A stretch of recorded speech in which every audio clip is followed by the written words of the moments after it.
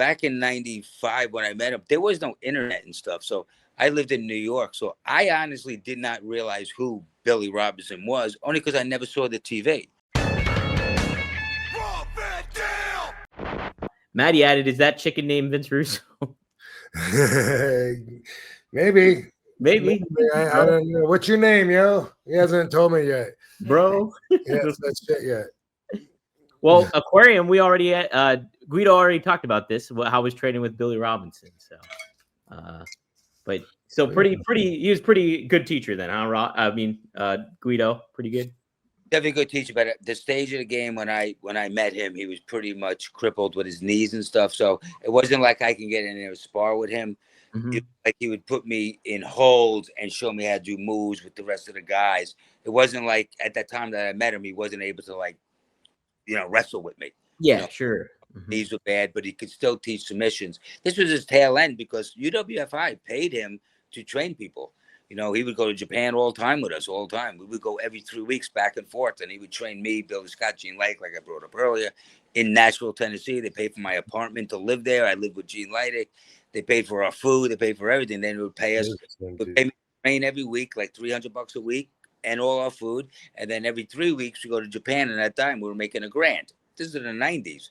So it was just about they were paying for everything anyway. I didn't really need money, Yeah. And young anyway, and if I needed help, my parents were helping me anyway. But it kind of was working out for me. That's awesome. Yeah. And like to be so kind of young in the game of all that and getting all that kind of experience early on it's got to be beneficial and it helped you ultimately build your well-rounded like wrestling style kind of thing too. Yeah, it was weird though. And nothing against Billy Robinson, but back in '95 when I met him, there was no internet and stuff. So I lived in New York. So I honestly did not realize who Billy Robinson was, only because I never saw the TV. Yeah. Come in my area. So I never knew who he was, because he never made it like in WWE. And I'll tell you, he gave me great advice, Billy. He told me, and this is before I was even in ECW, it's the 90s. He told me, if you ever want to make money, he goes, don't be like me. Problem with Billy was he would not put people over. People were afraid of him. And if he didn't want to do the job, he wasn't going to do it. So now promoters are afraid to book him. They're not going to book this guy because we have no control over him. And nobody can fucking do anything about it. He'll just stretch you. So everybody was afraid of him. So it cost him work. So I think he realized that later on in life. So like when I was training with him down there, and this before ECW and all that stuff, I never knew if I would ever do anything in the business. But I never forget him saying, and I didn't understand that time because I didn't know really who he was until later on in life. I'm like, wow, I didn't realize I was training with this fucking guy because there was no internet and stuff. But now I know who he was. But that is advice that he gave me. He's like, do good business. He goes, don't be like me, what he was telling me. And there's a difference of you not wanting to do the job and then getting forced to do it. But the problem with Billy was if he got in the ring and didn't want to do it, there's nobody was going to challenge him. Yeah. Wow. Yeah, that's something to definitely consider for sure. Right. Danny Hodge, unless you're one of them guys. Yeah. Oh, Danny Hodge, something like that for sure. God, I wrestled in Japan with him. Not wrestled with him, but he was there when I was there. Oh, no shit. Wow. Him, Danny Hodge, one of my first matches, and I have it on a VHS tape. I was like a protege of Billy Robinson, one of my first matches, because I trained with him in Tennessee, and that's what they brought me up as. And I was in Danny Hodge, and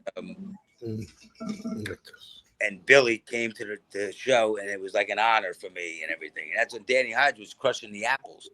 Yeah, with the bare hand stuff. That's crazy. They always play the crickets, too. That's wild. Cricket. Gene Leidick. I looked him up, and Gene Leidick is definitely the same dude that was Jeff Husker in South Atlantic, and he was like a Gary Albright gimmick. He was an amateur wrestler, I think, from Nebraska. Really? Yeah, Nebraska. He's from Nebraska. That has to be him. That's where he's from. Yeah. And Gene Leidick got into it a couple times in Japan. Gary and Gene. Gary and Gene Leidick got into it a couple times in Japan. Small world. Okay, yeah. Well, the Jeff Husker name makes sense then because the Huskies, the Nebraska. Right. Never heard. If you mention that name, I would never know who that is. Yeah. I was like what he went by in 92, 93. And I wrestled him in South Atlantic when he had a hood and he was like the executioner or something. Like you said, there's been a million in one of those. But yeah, he was an amateur wrestler, very much like Albright. It was kind of the same character. Yeah. Hell yeah. Gary even had the big N, right? Oh, I think so. Red singlet. Mm-hmm. Yeah, but he had an N on it. N. He had an N, but it was a red singlet with an N. Right on. Yeah. Oh wow, how about that? Yeah. Rob, Guido was mentioning how Billy Robinson was like, he didn't get other people to put it, like he protected himself, and like Sheik was notorious for that too, like in the business and stuff like that. When you were training with Sheik and you and Sabu both, did you kind of learn like, okay, like we can't keep getting ourselves to not lose, basically, not do the job, basically? Did you kind of learn from that kind of lesson, I guess? I don't think so. Not from the Sheik. He was so early on, and it was so beginning of my career that my assignment starting out was, it doesn't matter if you win or lose, what they call you, what anyone is doing with you. Get as much ring time as you can, get experience for the first couple of years, boom, boom, boom. So it wasn't like I was brought up and started from zero with protect your gimmick. It was, it's quite the opposite. So it was some time before I felt like I needed to learn how to protect my brand, because then my brand was becoming worth something. Right. And then I would see Sabu. He used to, and he said it on this show too, when he used to work, he used to charge promoters one price if he was going over, a different price if he was doing the job. Yeah, that's a good move. Really? He did that. Yeah. So I knew. You make more money if you win. I'm like, no, whatever my price I said. He's the only one that's ever done that. That's pretty cool. Yeah, it's a good idea. I'm WWE and you're going against, I'm talking about Yeah. All right, that's interesting to know, because I was kind of thinking about that. I was like, I wonder if you guys kind of learned like, Sheik was overprotective sometimes, like protected his gimmick and all that stuff.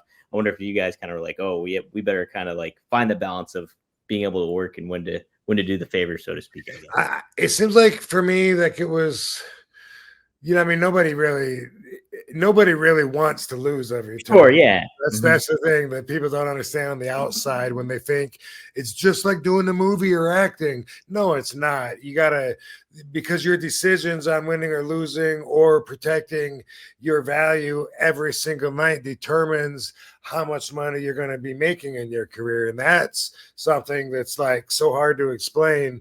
And it's so different and so uncontrolled in the traditional fashion, like with unions and set prices, because no one's set value. The market value on everyone's circumstantially different. Everyone's individual. So because of all that, I remember like in 93, like December 92, I went to WCW. I was there till May of 93. And that's the first time I remember like I was on TV getting beat, and I could feel like it was hurting my long-term value goal. Yeah.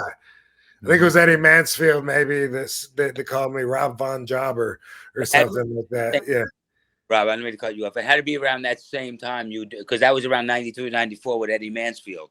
Yeah. So doing WCW around that same time, and that's when I did that too. And then I remember like, well, I'm getting beat, but I'm on TV, getting beat by established people or whatever. But then I could see where other promoters were saying, well, how are we going to push you as our champion if you're on TV getting beat? And then it was explained to me like that way. It wasn't. Promoters are really protective too. A lot of them, not all of them, but a lot of them, like when they have their talent crew, like they're pissed. Like Bobby Fulton, for instance, everything we've heard, he doesn't even want any other show to have a poster anywhere near his his awareness. If he drives down the highway and sees a poster on a telephone pole, I believe that offends him, and he feels like boundaries have been crossed, and those are fighting words, and shots are fired. That's how he looks at that. It's so stupid. But on the talent side of that, it's always been like that. Like promoters trying to advise me, don't work for this guy or don't work for that guy. Well, don't be doing any jobs. They'll be putting their guys over, and that, what's that going to do for you here? And, like it was explained in a way where it fit into where it fit into my real life as I was doing it. So it wasn't part of like preparing and training, and this is what you need to know in the real world. It was more like, hey, this is the fork in the road that you're on right now. What are you going to do about it? Right, exactly. Mm-hmm. That makes plenty of sense. Oh. So Guido, is there anything else what are you up to moving forward? Did you got any events coming up that you want to plug, or do anything coming up regarding appearances or anything like that? We're going to Cleveland this weekend. Oh, John Thorne. Rob, you know John Thorne? I don't think so. Love him. Yeah, he loves a great Fonzie promotion. loves him. Yeah, Fonzie works with him a lot, right? I might know him. Mm-hmm. Yeah, I think you might know him, Rob. Maybe you don't know him, but I got that this weekend. And then the next few weeks are busy. I don't have my schedule in front of me. I didn't know. That's okay. You can find me on Instagram, Nunzio_Guido. Yeah, there we That's go. Well, So Guido, one of the fucking, I forget which way it goes. But. It's Nunzio_Guido. I just looked it up beforehand. You're welcome. All right. Maybe I'll get you on Only Wrestlers pretty soon. Oh, yeah. I don't think I've had a chance to talk to you about that yet. Yeah. Only Wrestlers. It's a venture that me and Katie are doing. It's a platform so you can get fans to stay in touch with you, subscribe to you, whatever. And then when you join the platform, we run shows too. So if you want to wrestle more, a lot of wrestlers are joining so that they can get booked. And our next show is in New Orleans, and it is, I believe, July 10th, right? Yeah. Going already. What's that? So you got this going already. It's not. Yeah, this is going to be our third show, and we've been doing the platform since October. We got over 300 wrestlers signed up on it, and fans in like close to 30 different countries. And we do live stream, and like you'll have a profile, and you can do photos, videos, whatever. You got a store there, so you can sell your shit, and we're always adding stuff to it. To now, a new feature is personalized video messages where fans can go right to RVD at Only Wrestlers and request a personal slameo. A slameo. Oh, I like it. Like cameo. I like it. Thank you. I like it. Good stuff. All right. Slameo. I know. And there's other features coming too with stuff like that. But we're always adding to it. Anyway, Gwiz, I don't know if you never even heard about it, Only Wrestlers? I did not. I'm sorry. Okay. Cool. I'll talk to you about it a little more on off the air. Yeah, absolutely. Some good stuff. Hey, yo. Just want to talk to you guys a little bit about our friends at Get Blitz. That's right. Get Blitz Lit Aid. Now, if you're not familiar with Get Blitz Lit Aid, it is Delta 9, and it is a THC Get Lit Aid syrup that is nano-infused technology. It's created by Mickey Ray Sinatra and Courtney, but they ship all over. So it is legal in all 50 states. So that's the great thing, is anywhere you can get shipped to you anywhere in the United States. So my favorite is the Blue Raz, and it is very, very effective. All you need is just a little drop, and it'll get you going. It'll get you going. But they also have a new product too with our friends at Click This. That's right, Kevin Nash, Sean Oliver. They have a Get Lit Aid, 2 different types of Delta 9 THC beverages. Yes, and Kev's favorite is Kev's Key Lime Pie. So if you want to drink like Big Sexy, it's when legends collide. The flavor hits different. Introducing Kevin's Key Lime Pie, a laid-back citrus-infused collab between Get Blitz and the wrestling icon himself, Kevin Nash, co-host of the Click This podcast. That's right. Each can delivers a mellow and delicious 5 milligram dose of Delta 9 THC Nano infused for fast acting, smooth effects that roll in like Big Kev walking in the ring. Cool, confident, and controlled. With creamy lime pie flavor, notes, and a graham cracker finish, this isn't just a drink, it's a sweet escape in a can.